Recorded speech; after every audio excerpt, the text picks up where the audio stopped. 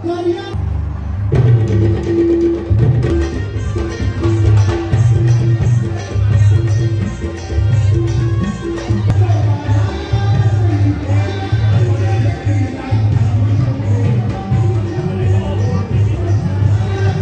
मन के वीर नायक शौर्य है अभिमानी, शिवराय के चरणों में है सा।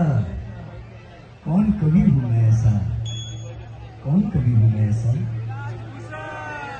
हे तेजस्वी शिवासारखे धाडसी, भीमासारखे बलवान, कर्णासारखे दानशूर, कृष्णासारखे धर्मरक्षक, प्रभू रामचंद्रांसारखे मर्यादा पुरुषोत्तम।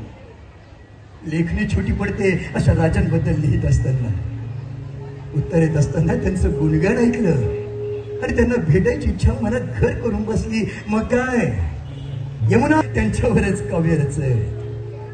हे राजे मला एकदा म्हणाले, कविभूषण आमच्यावर एवढं काव्य रचता, कधी कोणी द्वेषाने तुमच्यावर बदला घेऊ शकतो, भीती नाही वाटत? राजे ओ कसली भीती आहे? मला तुमच्या राजदरबारात राजकवीचे पद मिळालं, मला तुमचं दर्शन झालं।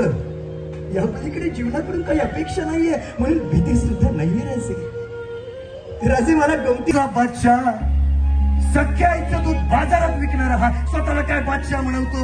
जायदार चौक में चिन्हाय गेलो, छत्र ही चिन्हाय मानव दोन्ही पणे बापके। भूषण भरत शर्ट छंदी महा, सोसोई भुकेबाज माणसा षड्यंत्र करून ही गादी मिळवली।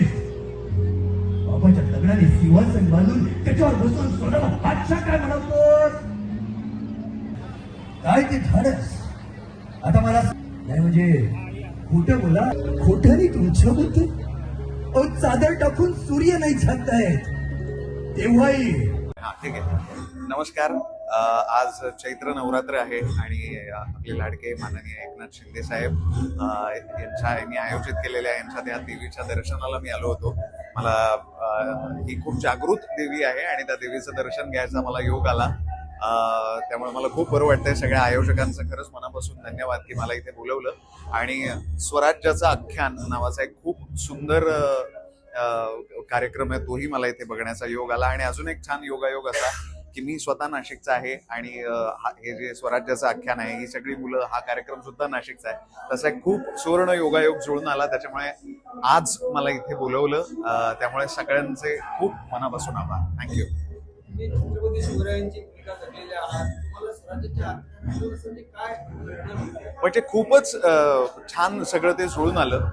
माझ्या नशिबाने मला महाराजांची भूमिका करण्याची संधी मिळाली होती आणि आज हे स्वराज्याचं आख्यान सगळं ऐकताना आपल्याला महाराजांबद्दलचा माहिती नसलेला इतिहास सुद्धा या कार्यक्रमातून आपल्यापर्यंत पोहोचतो। त्यांच्या सगळ्या मावळ्यांची गोष्ट, राजांची गोष्ट आपल्यापर्यंत पोहोचते आणि हा अत्यंत सुंदर कार्यक्रम आहे आणि खूप प्रेरणादायी आहे। आपल्या राजांबद्दल आपल्याला अभिमान, प्रेम आहेच, पण सगळं ऊर भरून येतो आणि आपण राजांना सेलिब्रेट करतो सगळे मिळून।